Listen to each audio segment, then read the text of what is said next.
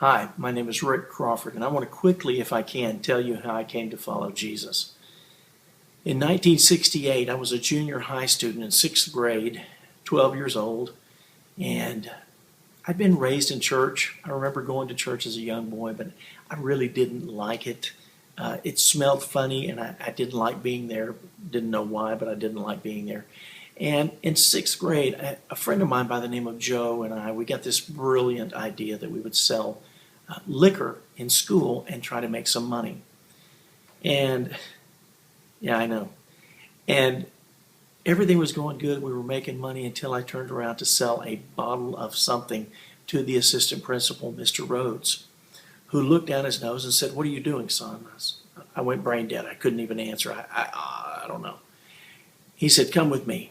And we went to his office, and he said, "Son, what's your home phone number?" I began to tear up. I said, "Please, please don't call my parents. I'll never do it again. Son, what's your home phone number?" He called, and my mom came down. I remember her heels clicking on the terrazzo floor as she came out the door. I was terrified. My older brother had already been not suspended, but kicked out of school for selling drugs. And so for me to do this was just, it was too much, I knew. And I was ashamed, I was embarrassed, and scared to death, really. On the way home, my mother began to just cry, sob, and tell me how much Jesus loved me and what a great plan he had for my life. And she told me, "Son, you're going the wrong direction. You're making the wrong choices, and you're making mistakes that are going to haunt you the rest of your life and destroy your life down on this earth. And then when you die, you're going to go to hell, which is eternal torment, and be separated from everything good, God and everything good."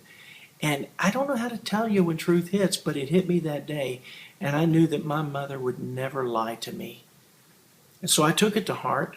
I believed her. It wasn't really, as I said, a pastor's sermon that got through to me, but my mom did.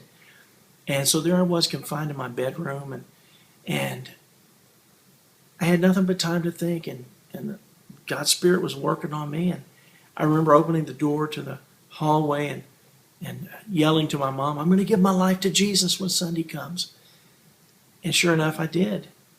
I don't remember what he preached on. I wasn't really concerned about the sermon, but more the end of the sermon when I knew he would ask if there was anybody who wanted to follow Jesus. And that was me. And I ran from the back to the front, shook his hand, he hugged my neck, and he asked me, did I want to give my heart to Jesus? I said, I do. And I meant it. And it was the best thing I've ever done.